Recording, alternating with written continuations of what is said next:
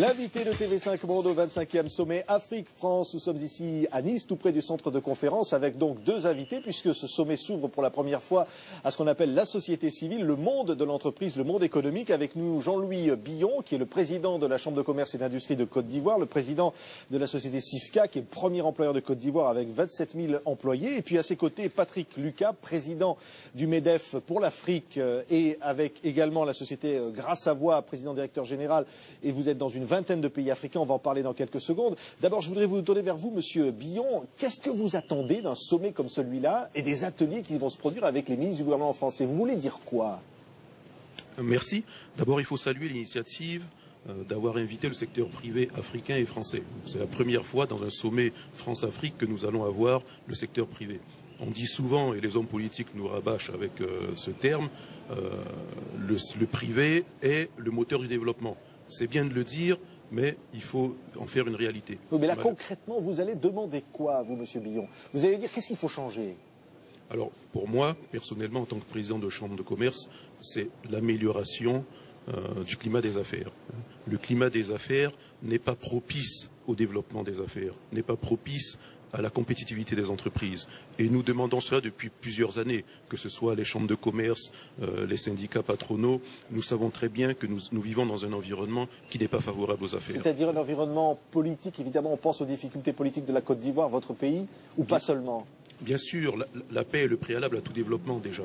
Mais même quand nous avons des pays en paix, l'environnement juridique, sécurité juridique et judiciaire des affaires, sécurité physique des personnes, les infrastructures économiques elles-mêmes et la fiscalité, tout ça ne concourt pas à avoir une entreprise compétitive.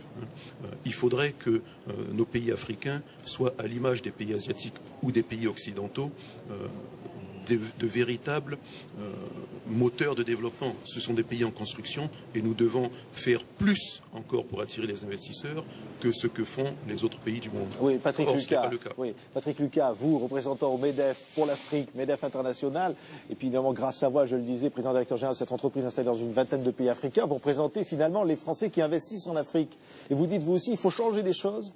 Ah, il faut les améliorer. Le MEDEF Afrique, le comité, il se préoccupe de cette problématique, en ce sens que pour une fois que nous avons l'occasion exceptionnelle d'être associés au monde politique dans une réunion, dans un séminaire de 2 jours, où nous pouvons faire des propositions et nous pouvons essayer de parler le même langage et que nous pouvons réfléchir à comment nous pouvons structurer dans un dialogue continuel le développement économique des pays sur le continent africain, je pense que c'était extrêmement intéressant et qu'il y a naturellement, comme partout, beaucoup de choses à changer. Oui, vous direz comme Jean-Louis Billon, il faut créer une sécurité juridique, il faut avancer sur un certain nombre de sujets. Alors on ne peut pas non plus dire que tous les pays africains sont au même niveau. On peut dire que, bien sûr, il y a des pays dans lesquels le climat des affaires est notoirement insuffisant. D'autres ont fait des progrès. Il y a des pays dans lesquels les problèmes de financement pour les PME sont meilleurs que d'autres. Il y a des pays où la réflexion sur la responsabilité sociale des entreprises existe. Bref, ils ne sont pas tous au même niveau, mais on peut dire qu'il y a énormément de progrès à faire et que nous avons tous intérêt, qu'il s'agisse des pays ou des entreprises sur le continent africain, qu'il s'agisse de la France et de ses entreprises, qu'il s'agisse de l'Europe. Si l'Afrique va bien, l'Europe ira bien. Si l'Europe va bien, il entraînera l'Afrique qui ira bien. Il y a vraiment encore un potentiel de développement avec l'Afrique. Il y a vraiment quelque chose à faire. On parle de la place de l'Afrique dans les instances internationales, de la place de l'Afrique dans la mondialisation.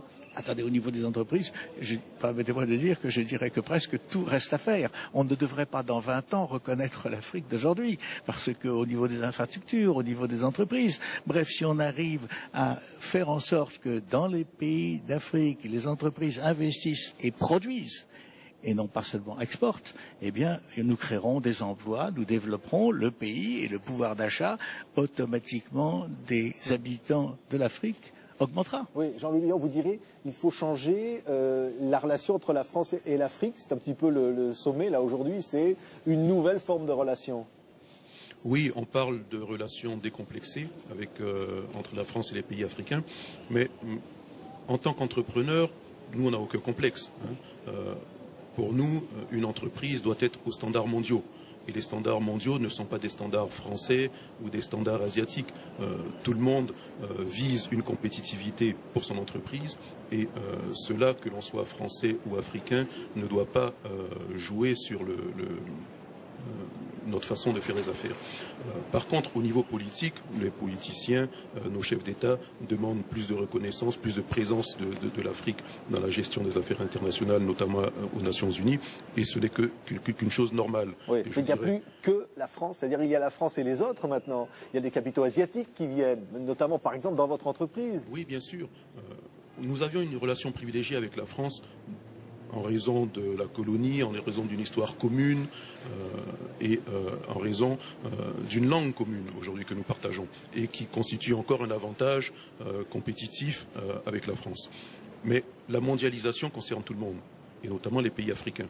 Donc nous irons chercher partout dans le monde l'avantage le plus compétitif que nous aurons pour notre entreprise dans tel ou tel pays, et plus uniquement vers la France. Donc ça, c'est une relation normale parce qu'un entrepreneur est un homme très pragmatique.